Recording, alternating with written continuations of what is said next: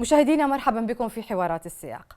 جندت الصين شركتي التكنولوجيا العملاقتين علي بابا وتنسنت لدعم جهودهما من أجل تصميم رقائق أشباه المواصلات خاصة بالصين بحسب تقرير لصحيفة فاينانشال تايمز البريطانية.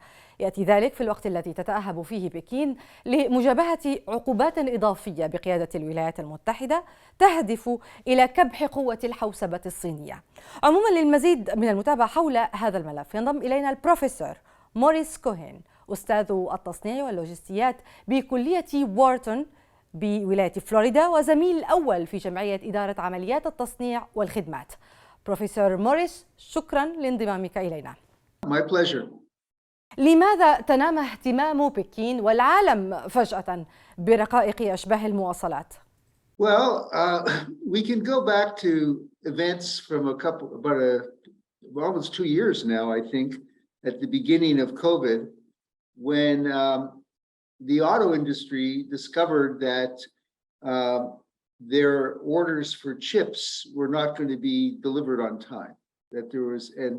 This was basically based on a miscalculation of that industry, who thought because of the pandemic, demand for automobiles would be lower. But the opposite occurred. The demand for automobiles is in fact much higher. I'm sure you've seen that as well. Prices are higher, shortages. And the auto companies, did not preemptively order more than, what they needed. And at the same time, demand for computers and any other device that uses semiconductor chips went up as well. So all of the demand exceeded the supply, basically, at an industry level. So we had a shortage. And when you have more demand than supply, you have to allocate what is available to your customers based on some priority.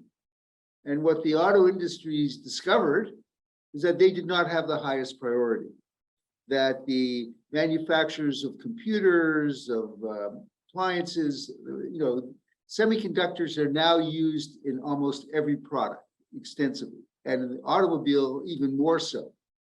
And while they're a good customer, the semiconductor chip manufacturers could make more profit by allocating their capacity to other industries.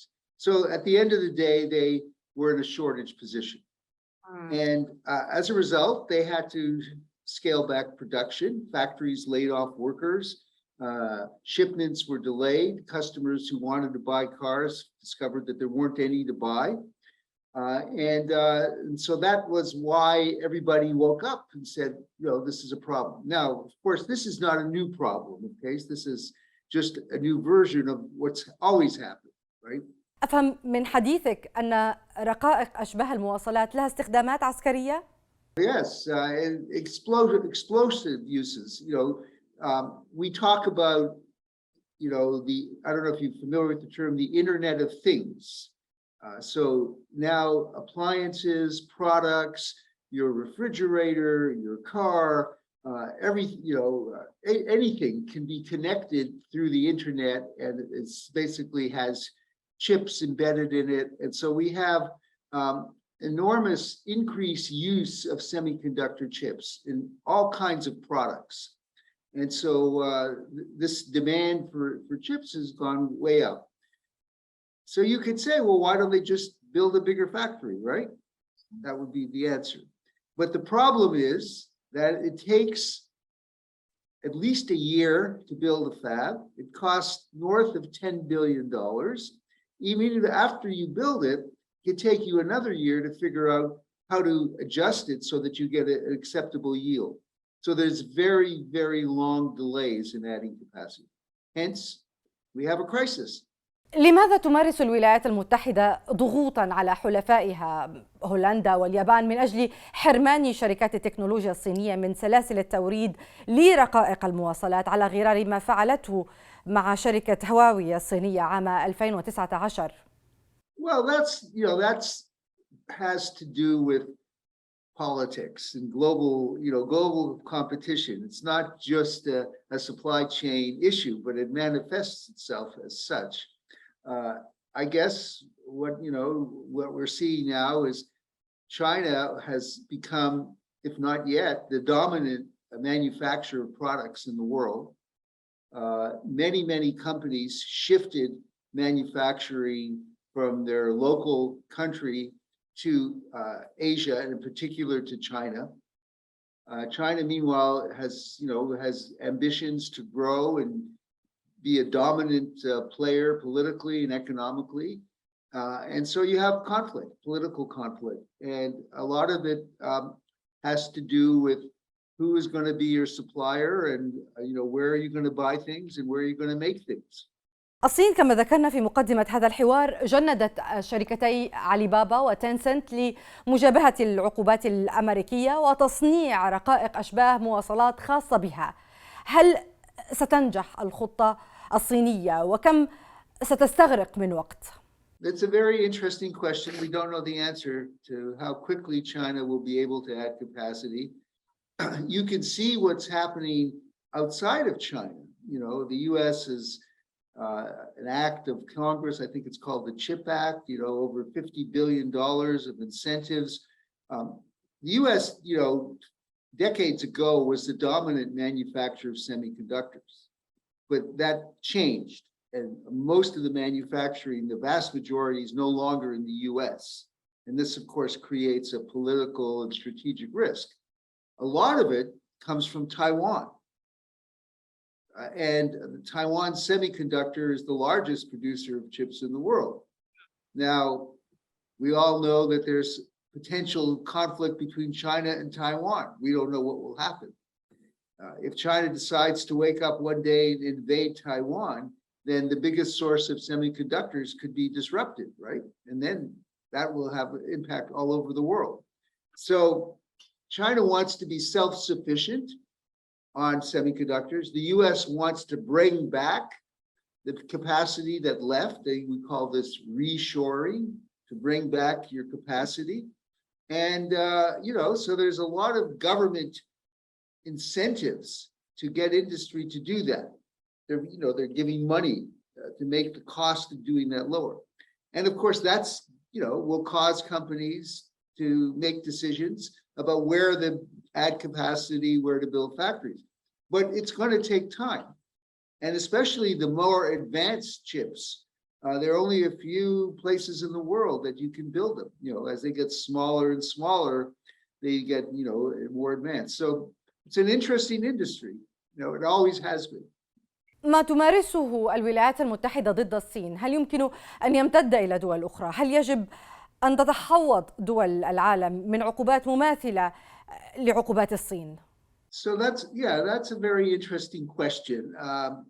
First of all, you have to recognize that, you have countries and governments and you have companies, and they're not the same, right?